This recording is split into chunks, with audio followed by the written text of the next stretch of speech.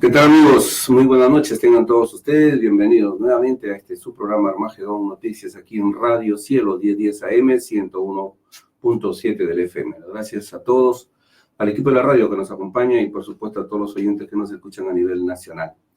Hoy empezamos esta jornada con una entrevista. Tenemos ya en cabina la presencia del señor embajador de la República de Cuba, el compañero Sergio González, quien está con nosotros para tocar un tema muy importante que tiene que ver con la isla, con la revolución y ciertas medidas que está tomando el gobierno norteamericano nuevamente contra el gobierno cubano. Embajador, buenas noches, bienvenido, gracias por acompañarnos. Buenas noches, Carlos. Un placer estar aquí de nuevo en tu programa de título dramático, Armagedón. Así es, armándonos de ideas siempre aquí en Radio Cielo, justamente para comentar y hablar un poco de los últimos acontecimientos, de cómo es que el gobierno de Donald Trump nuevamente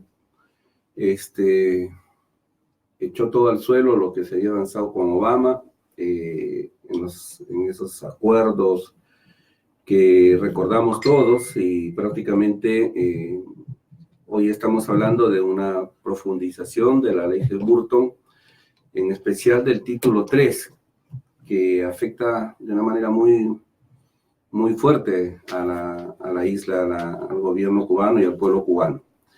Es bueno empezar, creo yo, hablando un poco sobre la historia de la ley Burton, ¿no? De cómo es que después que los republicanos creo que tomaron el Senado y la Cámara, impulsaron esta ley que de verdad se ha venido aplicando contra Cuba, y que en esta oportunidad se profundice en una etapa mucho más fuerte para el gobierno cubano. ¿Cómo empezó esto, señor embajador? Bueno, si abusamos un poco del tiempo de los radioescuchas, me voy a remontar un poquito más a los orígenes. Y lo voy a hacer con toda intencionalidad, porque al final me va a servir para agradecer a los peruanos, amigos solidarios, que batallaron por la liberación de los 5 héroes cubanos. Todo se remonta al 24 de febrero del año 96. En aquel momento se derribaron 2 avionetas que incursionaban, era como la 20 y pico vez que lo hacían en territorio cubano. Sobrevolaban La Habana, lanzaban octavillas, lanzaban medallitas alegóricas a, qué sé yo, de las reclamaciones de Estados Unidos, de los contrarrevolucionarios cubanos que viven en Miami, atentaban contra la seguridad del país. Y después de 25 advertencias que les hicimos a los norteamericanos por canales diplomáticos, a la oficina de intereses que tenían en La Habana, Cuba se vio en la necesidad de derribar a los intrusos. Fueron 2 avionetas derribadas. La represalia de Estados Unidos fue la firma de la ley Helms-Burton, que en intentos previos habían sido tachadas por el Ejecutivo norteamericano. Incluso creo que no llegó a pasar algunas de las instancias del legislativo norteamericano, porque se trataba y se trata de un adefesio jurídico que incluso contraviene las normas del derecho internacional y la propia conveniencia de los Estados Unidos, ya pensando como razón de Estado del país.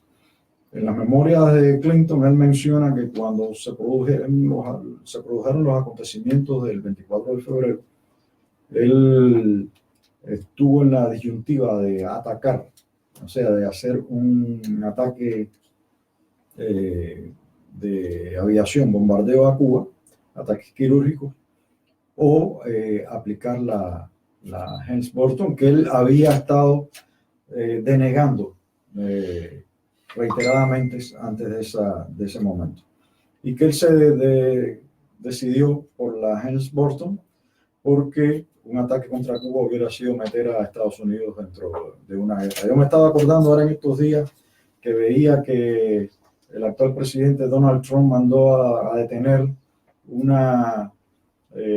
raid aéreo contra Irán en estos días. Lo mandó a abortar en último momento, de aquel momento del 96 en que Clinton se vio forzado por las corrientes de halcones de Estados Unidos a la firma de este acuerdo, de esta ley.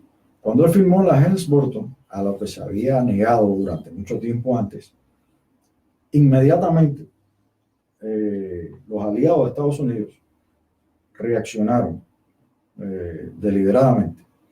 Lo hizo la Unión Europea, lo hicieron los mexicanos, lo hizo Canadá, entre otros. Pero la Unión Europea se destacó en eso. Porque la Unión Europea llegó a plantear un pleito contra Estados Unidos en la Organización Mundial de Comercio. Lo puso, un caso, un expediente. Porque la ley era y es. Esa es una de sus temas o de sus aberraciones desde el punto de vista jurídico. Es muy extraterritorial y cualquier nación que se respete no permitiría eso. Lanzaron ese pleito en la OMC y entonces Estados Unidos se vio en la necesidad de negociar con los europeos para evitar ese mal trago de un pleito en la Organización Mundial de Comercio. Mandaron un secretario, un subsecretario de Estado, Eisenstadt, conversó con los europeos y se llegó al siguiente acuerdo. Estados Unidos no aplicaba el capítulo tercero, que es el más extraterritorial, si cabe decir, y la Unión Europea retiraba la demanda contra Estados Unidos en la OMS. Un engañabobos, porque esto se sabía que iba a ocurrir, que en algún momento Estados Unidos iba a reaccionar de la forma que lo han hecho ahora. En algún momento en que asumieran individuos de la calaña de los que están hoy en la administración norteamericana. Digamos, ese es el contexto en que se ha producido la aplicación del capítulo que estaba suspendido. Y es el origen de la actual situación. Ahora, hay que decirle a nuestros oyentes que esta ley es una ley exclusiva para Cuba, no es una ley única. Bueno, ya he dicho que es un adefesio jurídico, tiene múltiples aberraciones. Entre ellas, eso lo puedo decir aquí en Perú, donde veo que hay una especie de cultura de los elementos jurídicos y del derecho. Y aquí se reitera mucho que ninguna ley va con nombre propio.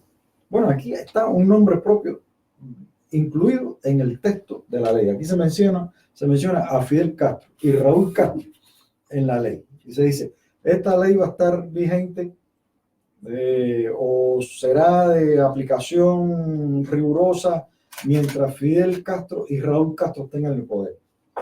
Que ya no lo están, pero aún así persiste esto como una aberración jurídica. ¿Por qué? Porque al final no basta con que los Castros no estén, que ya no están. Es decir, Cuba tendría que hacer A, B, C, D, E y cumplir con un rosario de requerimientos para que Estados Unidos nos perdone la vida y considere que nosotros hemos llegado al sumus sanctorum de la democracia, tal como lo consiguen ellos, y entonces nos digan, perfecto, vamos a levantar la ley. Ahora, requisito clave, que Cuba devuelva las propiedades que fueron nacionalizadas a ciudadanos norteamericanos, que lo eran de origen en el momento que se adoptó la ley, pero ciudadanos que eran cubanos y después se nacionalizaron norteamericanos. Y aquí voy a otra aberración jurídica. Es decir, se aplica retroactivamente a quienes, a aquellos que eran ciudadanos cubanos en el momento de la nacionalización, que después fueron a Estados Unidos y se nacionalizaron a Estados Unidos. Y una tercera aberración, si se quiere, la que ya he mencionado, la de la extraterritorialidad. La ley se aplicaría contra aquellos que comercien con Cuba por el supuesto, esta es la palabra, el concepto o la nomenclatura que utilizan en la ley, es lo que tengo aquí frente a mí, ¿no?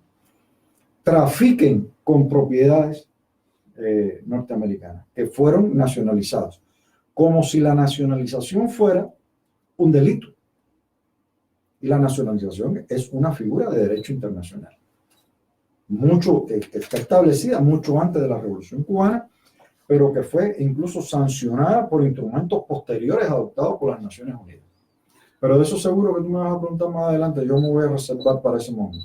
Por ahí, yo quería empezar también por esto del pretexto, ¿no? El hecho de los ataques sónicos que no se han comprobado por nadie. Y el otro es el pretexto también de que Cuba está apoyando a Venezuela con miles de soldados cubanos, que sabemos que también es falso, por supuesto, acá lo hemos dicho un montón de veces, pero siempre Estados Unidos y el imperio se ha caracterizado por inventar cosas para justificar lo injustificable. En este caso, lo de los ataques sónicos está demostrado que eso es simplemente un invento. Y lo otro también, ¿no? Porque la presencia de Cuba en Venezuela tiene que ver con médicos, profesores, especialmente.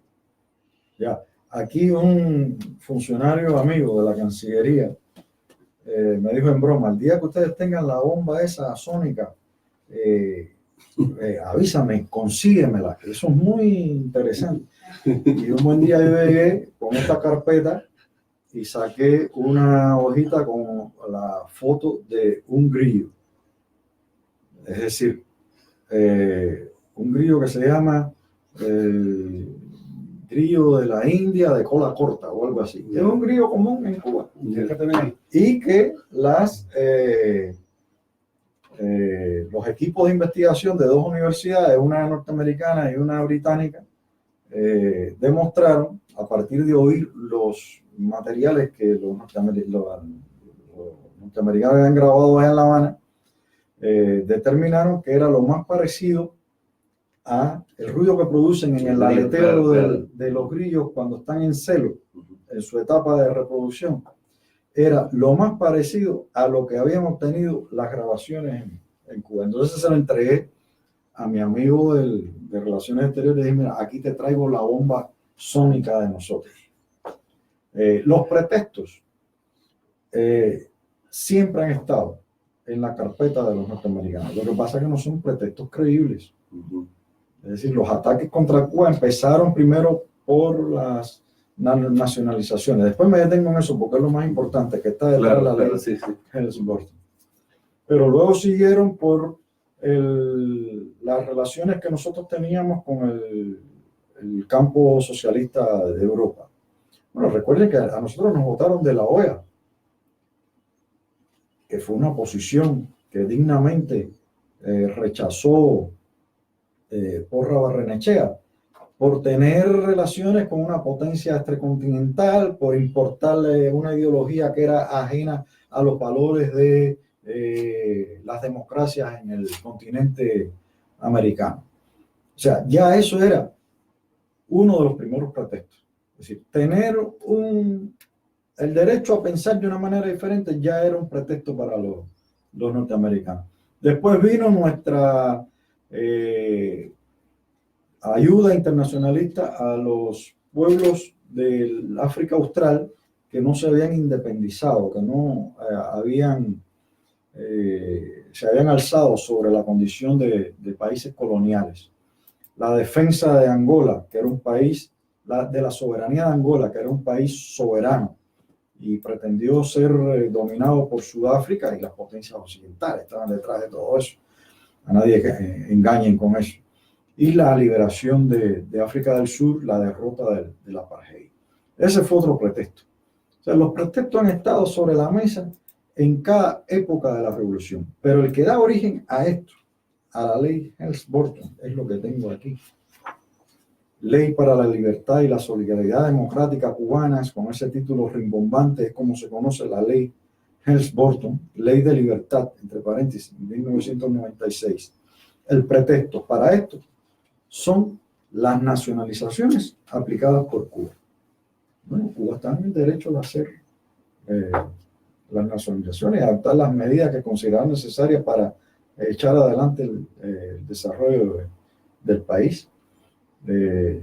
No fuimos los primeros que hicimos nacionalizaciones. Antes se habían hecho en México, se habían hecho en Guatemala, se habían hecho en Bolivia. Después de nosotros se hicieron nacionalizaciones en otros países, aquí mismo en Perú. Yo veo en estos días un clamor de algunos sectores populares en el Perú. Nacionalizar los peajes, porque ha habido corrupción y no sé qué. Yo no quiero decir que eso es correcto o incorrecto, no quiero opinar sobre lo que deben hacer los peruanos. Lo que sí debo decir es que si un país decide, en virtud de que hay malversación y manejo de sus recursos, nacionalizarlos y ponerlos en función de beneficio público y de uso colectivo, está en todo su derecho de hacerlo. Y mucho más en Cuba tuvimos razones para nacionalizarlos. Nosotros tuvimos una nacionalización de dos tipos. Una por la vía de la expropiación y otra por la vía de la indemnización.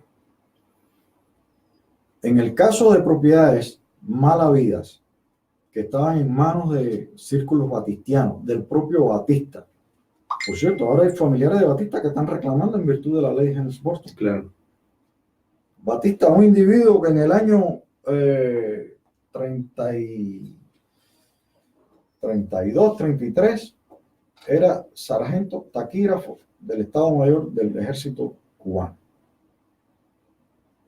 Y no tenía un kilo con qué subsistir. Apenas tenía educación primaria, siendo un individuo, hay que reconocer, muy inteligente y hábil, no hay que negarlo. Pero que 10 años después era un gran magnate en el país, con enormes propiedades, con centrales azucareros, con hoteles en Varadero, del complejo Caguama, una compañía de aviación, un megamillonario. ¿De dónde salió eso? Y de sus compinches, Aliebro,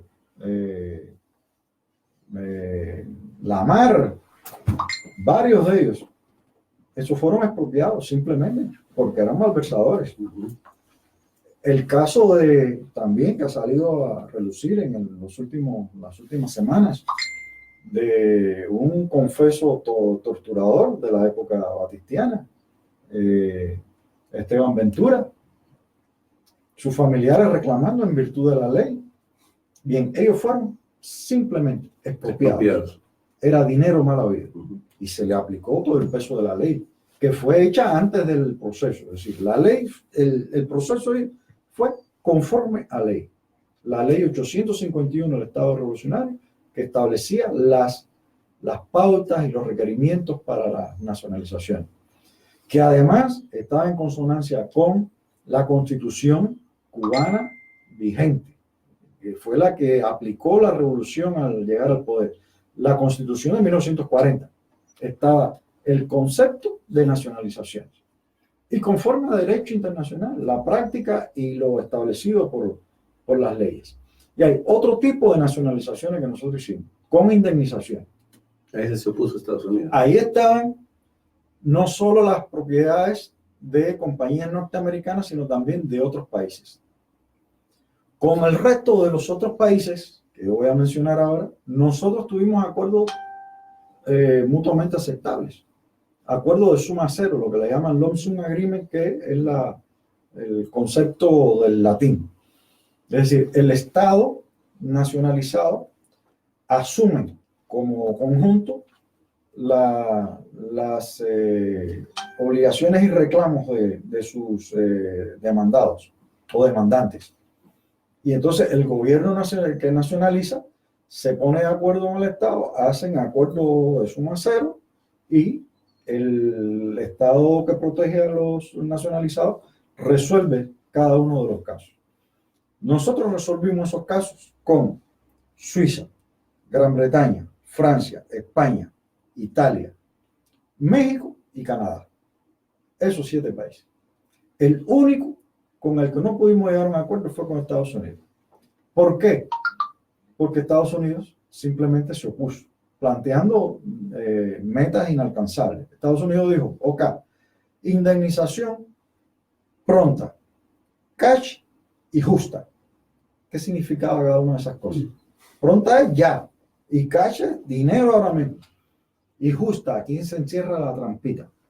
Ellos empezaron a alegar valores de las propiedades que están más allá de lo que nosotros teníamos en nuestros libros de contabilidad. Pero ellos, es decir, un grupo de compañías, no ellos, no puedo hablar en general de los Estados Unidos, un grupo de compañías propietarios en Cuba falseaban las estadísticas para evitar mayor pago de impuestos.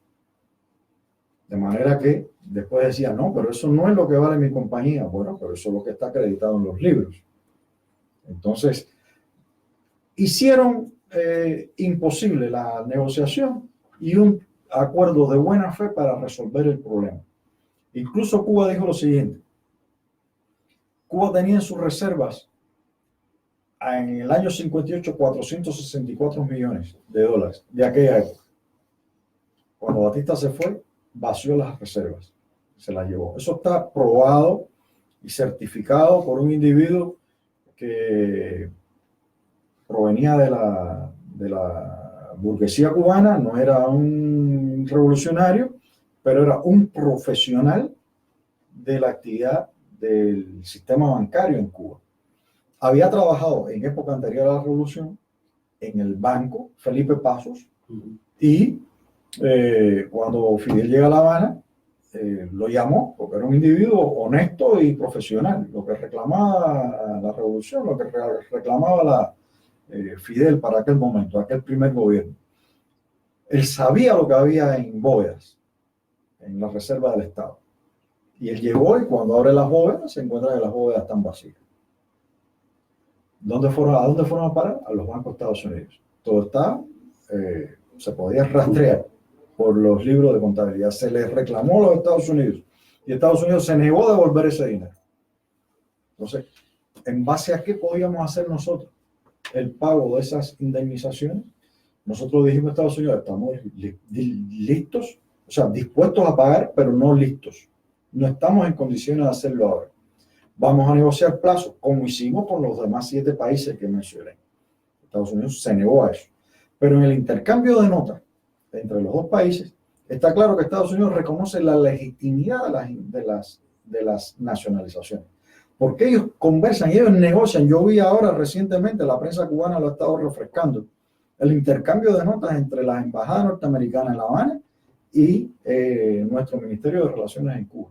Se hablaba no de la legitimidad o ilegitimidad de las nacionalizaciones, sino del monto, en qué momento pagar.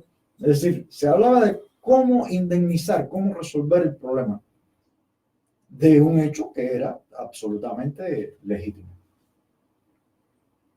Eso es lo que, a ver, el pretexto que ha estado manejando el grupo de expertos, con muchas comillas, que trabajaban en las oficinas de Richard Helms y Dan Burton.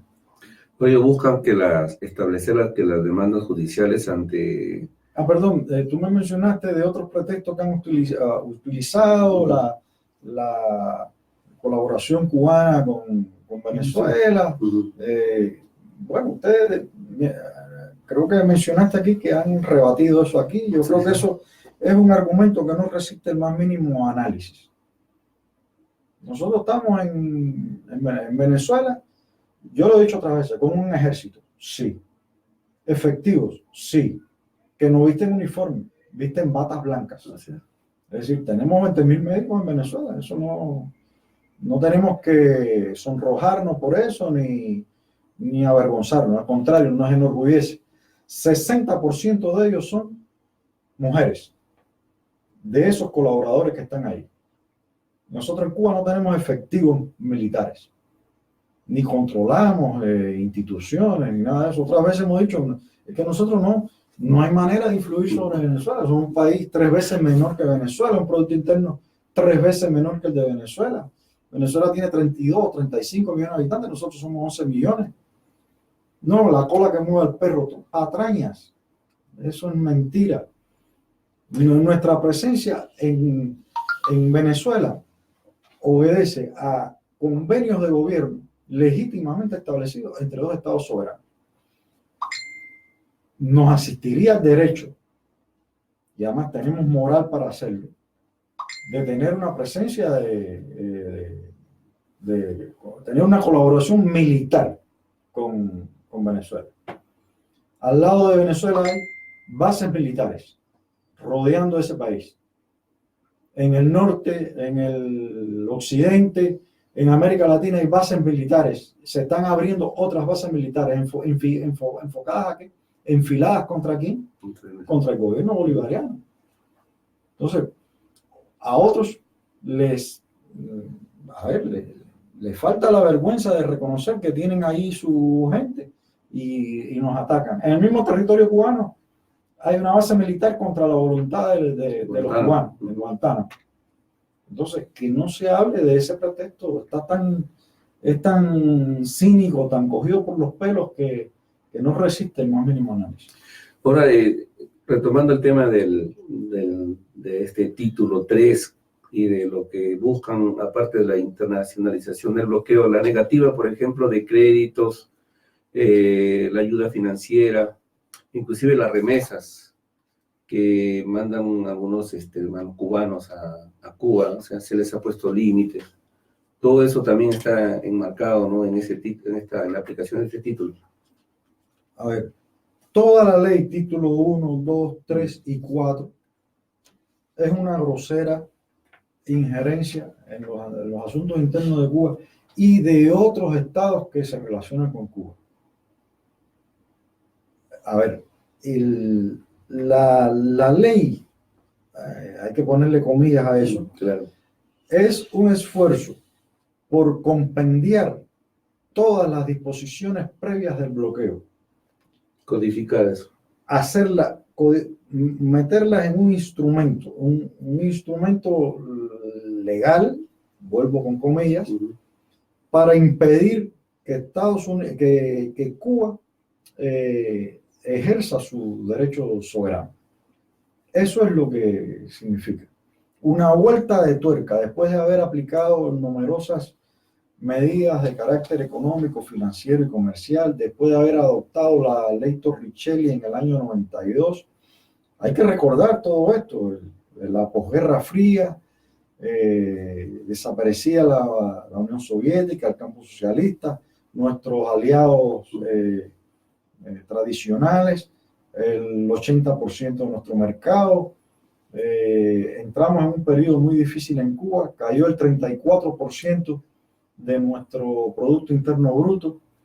Se veía prácticamente, se veían a las puertas de la Plaza de la Revolución nuestros enemigos de Miami y Washington. Lo veían como finalmente la fruta madura y a punto de caer. Redoblaron las acciones contra nosotros e hicieron esto que era, digamos, que el colofón de todos esos esfuerzos. ¿Qué significa la ley Helms-Burton? Le quitan la prerrogativa de levantar el bloqueo al Ejecutivo norteamericano y lo pone en manos del Congreso y del Senado, es decir, del Legislativo. Es una ley. Por aquí hay fragmentos que valen la pena leer porque son de una resonancia en los oídos tan grande. Dice, por ejemplo, la sección 203, funcionario de coordinación. El presidente designará un funcionario de coordinación que tendrá la responsabilidad de, sigue hablando, y dice, asegurar que Estados Unidos proporcione la asistencia mencionada en el capítulo, en el inciso anterior de la sección 202, así como una supervisión correcta por parte de ellos, mira qué lenguaje, incluida la solución de cualquier controversia entre dichos organismos. Es decir, un funcionario de coordinación, de hecho llegaron a tenerlo, Caleb McCarthy, fue un individuo que tuvo una oficina en el Departamento de Estado y fue designado por el gobierno de Bush hijo, para implementar lo que en aquel momento se llamó el Plan Bush contra Cuba. Tenía 400 y pico páginas y entonces diseñaba lo que Cuba debía hacer. Como hicieron con Paul Bremer, el que fue el gobernador de Irak después de la invasión. Es decir, un individuo que llegara a un país destruido, devastado, y entonces empezara a diseñar un nuevo país con un nuevo Estado, una institucionalidad pública, privada, empezar a crear nuevas estructuras, porque en definitiva las de la revolución se irían abajo. Y como ocurrió con Irak, barrieron con el gobierno de Saddam y entonces llegó Paul Bremer como gobernador y estableció las nuevas reglas de juego. Entonces, esto es lo que está diseñando, lo que está diciendo el inciso, el punto 203, la sección 203 para Cuba. Un individuo que se encargue de eso. Pero fíjate, es el lenguaje, sección 204, medidas presidenciales. Cuando el presidente determine, de conformidad con el párrafo anterior, sigue hablando y dice, quedará autorizado a tomar medidas destinadas a suspender el embargo económico a Cuba. Es decir, el famoso bloqueo económico contra Cuba no se levantó ni cuando Fidel ni Raúl dejaron el poder en Cuba. No se va a levantar cuando haya un gobierno que no sea revolucionario. No se va a levantar cuando, de acuerdo con esta óptica, cuando se erradique o se sustituya el ejército cubano por un nuevo ejército con diseño e implementación de los Estados Unidos. No se va a levantar cuando se liquide el Partido Comunista, que son de las cuestiones que están en el plan Bush contra Cuba. ¿Cuándo se va a levantar el bloqueo? Cuando el presidente determine, ¿el presidente de qué? ¿De Cuba? No, de Estados Unidos. Cuando el presidente determine, de conformidad con un párrafo anterior por aquí, que es también igual de intromisivo, quedará autorizado, ¿por quién? Con el Congreso, a tomar entonces las medidas destinadas a suspender el embargo. Al final, ¿cuándo ellos van a determinar que es el momento de levantar el bloqueo? Cuando los cubanos devuelvan hasta la última de las propiedades nacionalizadas en Cuba y paguen 3 veces el valor, que es lo que dice la ley también, de esas propiedades al momento de ser nacionalizadas. Es decir, nos van a asumir en un estatus de esclavismo perpetuo. Ahora tendríamos que pagar el círculo los padres de los niños que tienen un círculo infantil donde había un terreno que fue nacionalizado hasta el último centavo del costo ese de esa propiedad que con el tiempo ha devenido 3 veces su valor. Miles, por ahí vi una cifra enorme, 180 y tantos mil millones de dólares.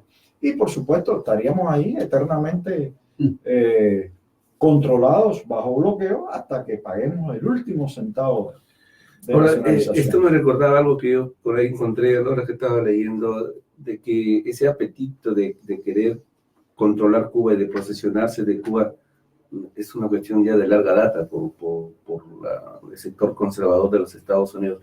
Dice que Thomas Jefferson decía que la frontera de los Estados Unidos debería ser Cuba.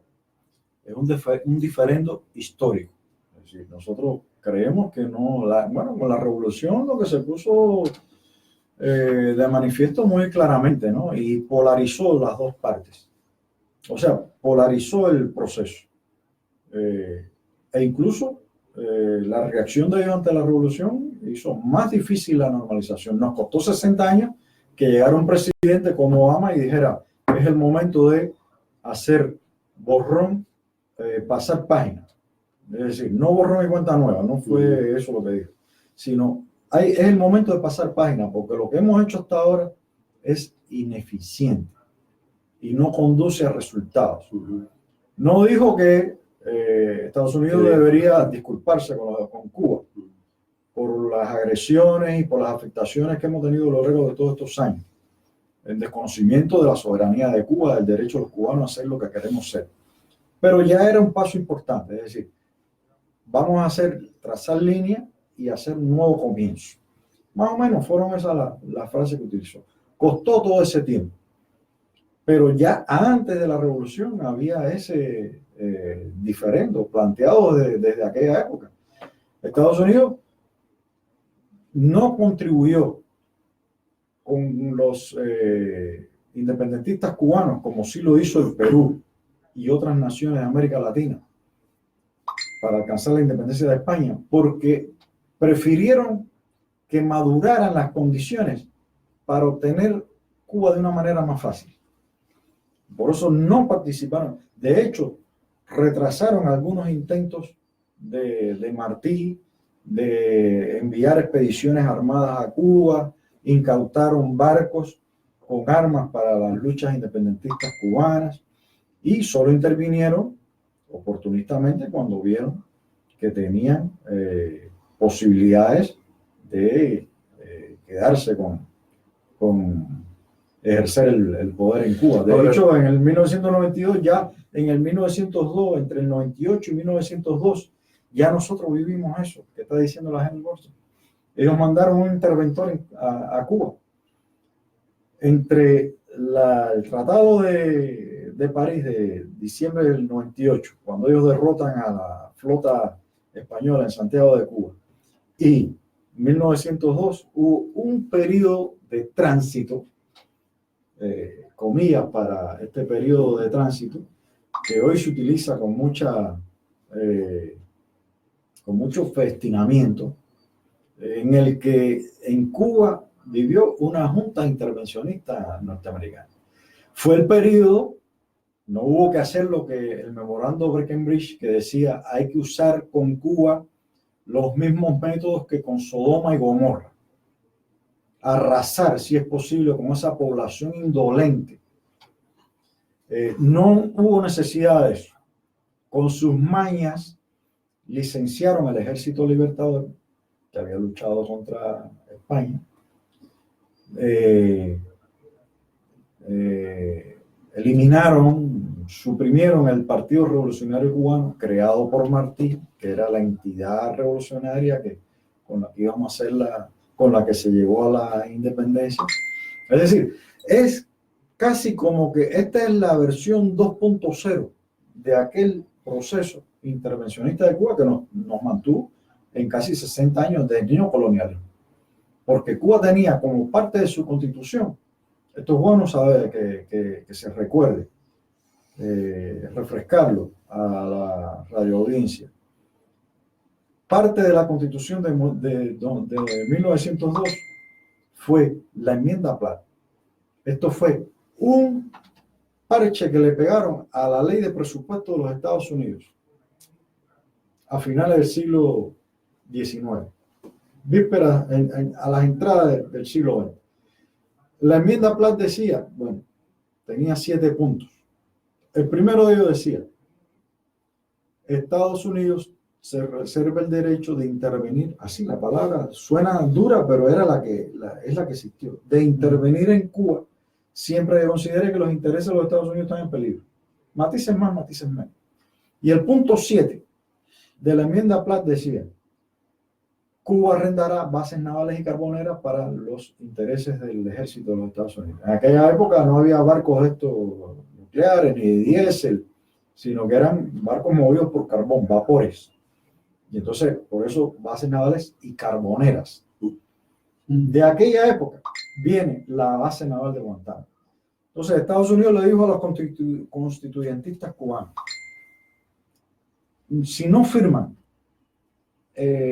la constitución que ustedes se están dando, poniéndole de anexo al final la enmienda Platt, nosotros no nos vamos de aquí. Tenían el territorio ocupado.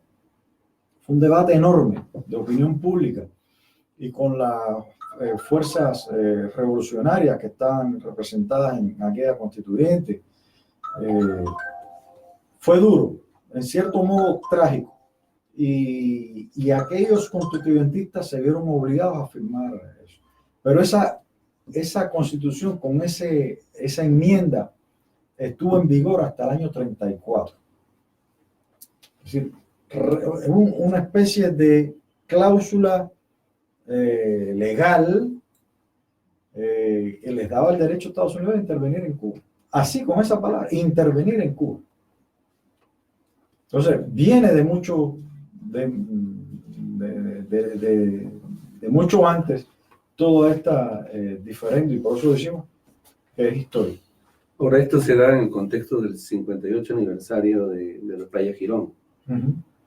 Y justamente en este momento ayer sí leí en Cuba Debate que Estados Unidos va a invertir no sé cuántos millones ha destinado para justamente subvertir 32 millones. 32 millones. 20 millones para la subversión interna, 12 millones para que siga funcionando radio y televisión Martí.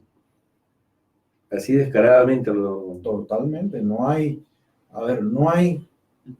un programa, bueno, sí lo había antes cuando estaba Radio Europa Libre, Radio Libertad en Europa, pero un programa que esté insertado en los medios de difusión de un país de Estados Unidos, o sea, medios de difusión pública, pagados por contribuyentes, que son la voz de los Estados Unidos, la voz de las Américas. La voz de las Américas. En la voz de las Américas está un programa que está destinado exclusivamente contra un país, con programación de cubanos, gente que salió de aquel país y con objetivos subversivos, es decir, todo lo que produce Radio y TV Martí sale de los marcos de lo que se consideraría radiodifusión nacional, para, sin la autorización del país a que va dirigido, subvertir y alcanzar objetivos sobre ese país. Eso no existe en otro país. Es como si aquí hubiera en Chile, una radio, qué sé yo, Radio Cáceres o Radio Leoncio Prado, y que tuviera una programación exclusiva para Perú, diciendo, bueno, los peruanos tienen que hacer esto y esto, en fin, no quiero entrar en... solo quiero asociarlo a un hecho más tangible, ¿no?, de la realidad. Es difícil entenderlo, pero es que es así. Ahora, por supuesto, yo he leído algo de la respuesta del pueblo cubano, como siempre, una respuesta digna, ¿no? El rechazo no solamente a todo esto, sino la firmeza que ha caracterizado siempre a la Revolución Cubana respecto a la defensa de su soberanía, de sus intereses, y también de la solidaridad internacional que se hace sentir. Ayer justamente veíamos en Colombia, ¿no?, que el movimiento de solidaridad con Cuba haciendo plantones, actividades, rechazando, inclusive se está haciendo los tuitazos y toda esa campaña mediática que es importante que se haga, porque hay, por muchas razones, hay mucha gente que está totalmente desinformada, ¿no?, y no es consciente muchas veces de lo que está pasando. Yo tengo unas discusiones en las redes muy fuertes, no sé quién me ha hecho llegar a una zona de Miami, por ahí, me han atacado Nicolás intentó ayudarme en algún momento. En masa, ¿no? Sí, en masa, sí llegan, pero no tienen en realidad argumentos, sinceramente, para poder defender lo que ellos quieren defender. Ahora, ¿cuáles son las primeras medidas que está tomando el gobierno cubano respecto a esto? Bueno, lo primero, tengo que decir que hay un claro recrudecimiento de las acciones norteamericanas contra Cuba. Desde hace aproximadamente un año, impulsadas por el grupo de colaboradores de que se ha rodeado Trump. Entre ellos están algunos de origen cubano, Marco Rubio, John Bolton, el propio canciller norteamericano, Pompeo, Mike Pence, el vicepresidente. Los ataques son constantes, son cada vez más groseros, son atacando cada vez más cruelmente zonas sensitivas de la economía cubana para afectar a la economía y la población. Ahí se ha producido, digamos, si cabía todavía esperar una vuelta de tuerca más a la derecha para hacernos la vida más difícil, pues está en ese proceso, en la ilusión de que, bueno, finalmente van a conseguir lo que 10 administraciones anteriores no han podido conseguir y lo proclaman públicamente. Nosotros estamos reaccionando como siempre, como no nos queda otra alternativa, como hemos decidido desde el primer momento. Como decía Che, en una revolución, si es verdadera, se triunfa o se muere. Eso es, digamos, esto está en el ADN del cubano promedio, del cubano patriota. Y estamos adoptando las medidas que hay que tomar. No va a ser más difícil que antes, se hacen ilusiones, como que puede venir un nuevo periodo especial para Cuba. Estamos en mejores condiciones. En el año 90 nosotros no teníamos el comercio diversificado como actualmente. Nosotros tenemos en 3 partes el comercio, una tercera parte Europa, una tercera parte Asia, otra tercera parte las Américas, incluyendo Canadá, América Latina. Nosotros teníamos en el año 90 100.000 turistas. Nosotros recibimos este año 5.100.000 turistas. Es decir, aquellos 100.000 más 5 millones más. Nosotros hemos avanzado muchísimo con algunas de nuestras industrias insignias, como biotecnología y producciones farmacéuticas. O sea, estamos en mejores condiciones. Lo que se hacen ilusiones, y ese es el sueño dorado de nuestros enemigos, es que volvamos acá a un periodo especial. Bueno, embajador, usted mencionaba en la sobre la exportación de cierta maquinaria que también está exportando. Bueno, todo eso es muy incipiente, en realidad. Sí, pero en realidad no quisiera hacer grandes expectativas con eso. Nuestros rubros de exportación son, hoy la economía cubana es terciaria. Nosotros en realidad nuestros mayores ingresos vienen del área de los servicios. Y dentro de los servicios del turismo. El turismo es la industria que está sacando adelante el país. Por eso también son los ataques contra la industria turística. Por eso suspendieron los cruceros en Cuba. Sí, porque había bastante interés de los norteamericanos de viajar. No, y porque se estaban moviendo, había visitantes que venían con los cruceros. Entonces, a ver, la actividad turística en cierto modo obedece a planes de carril 2, es decir, diseño de la época de Clinton. Vamos a abrir un espacio donde puedan influir los norteamericanos con sus valores en Cuba. Y entonces era para hacer su caballo Troya. Exacto, era la filosofía de vamos a entrar ahí, vamos a subvertir de dentro las mentes, vamos a conquistarlo con nuestros valores de libertad y democracia de Estados Unidos. Nosotros dijimos, bueno, si ese es el reto, lo aceptamos.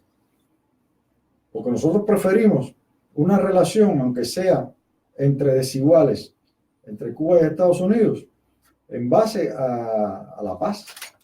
O sea, vamos a dejar que funcionen los dos sistemas, que nos influyan ellos y en lo posible que ellos puedan ver de nosotros, y si quieren sentirse influidos, que se dejen influir también por nuestra filosofía, que también tiene extraordinarios valores, adeptos y simpatías, ¿no? Entonces, estamos en disposición de aceptar ese reto, que nos da más oportunidades que el hecho de mantener una economía en pie de guerra, el país pendiente de presiones, respondiendo a cada una de las amenazas. Nos parece que es la mejor opción. Entonces, nuestra economía es terciaria, servicios. Tenemos un nivel de exportaciones de productos biotecnológicos y farmacéuticos. Industria creciente en desarrollo. Exportamos otras producciones. No tenemos los grandes recursos que tiene, por ejemplo, Venezuela, Perú. No hay grandes ríos. Estamos en un diseño de estrategias de sacar de lo poco mucho, de optimizar todos los pequeños espacios que tengamos, renglones de nuestra economía. Toma tiempo y toma grandes esfuerzos porque lo tenemos que hacer en medio de estas presiones. Pero vamos saliendo adelante. A nivel de talento. Por supuesto. Bueno, embajador, yo en realidad le agradezco muchísimo. Ya ha pasado una hora casi. Sí, estamos llegando a una hora. Bueno, la expectativa se cubrió en el sentido de que con su presencia, pues, se iba a comprender mejor, ¿no?, lo que significa este bloqueo criminal que los Estados Unidos viene imponiendo a Cuba y con la intención de tumbar el régimen cubano, que es en realidad lo que han buscado siempre. ¿Nos queda un minuto? Sí, por supuesto. Uno y dos. Déjame decirte, responderte una pregunta que no me hiciste. A ver. ¿Qué vamos? Bueno, sí me la hiciste, pero no la desarrollé totalmente. ¿Qué vamos a hacer nosotros? Tirar una trompetilla a la Helms-Burton. Nosotros hicimos una ley antídoto contra la Helms-Burton. La ley de antídoto. Sí, es decir, cómo reaccionar ante esta ley que nos pone en esta situación. No fuimos los únicos. La Unión Europea adoptó también una ley antídoto o una ley espejo. ¿Qué dicen esas leyes? Canadá lo hizo, México lo hizo. Están defendiendo a sus nacionales, sus empresas, sus ciudadanos.